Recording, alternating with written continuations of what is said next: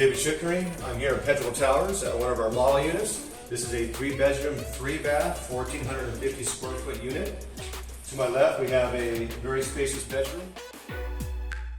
We also have a full, complete bathroom just outside of the hallway. And here we have another very spacious bedroom. This bedroom does come with its own bath and shower inside the room. And same thing, it has a lot of closet space. Out here we have the kitchen.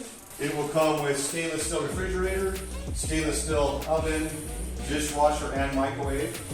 At these stages right here, this is pre-construction, so you are able to pick your granite and your cabinetry. Right here we have the dining room. This unit also has a very spacious outdoor patio area, and more importantly, the views of Cabo, San Lucas, the marina, the city, and the mountains. Over here we have the master bedroom.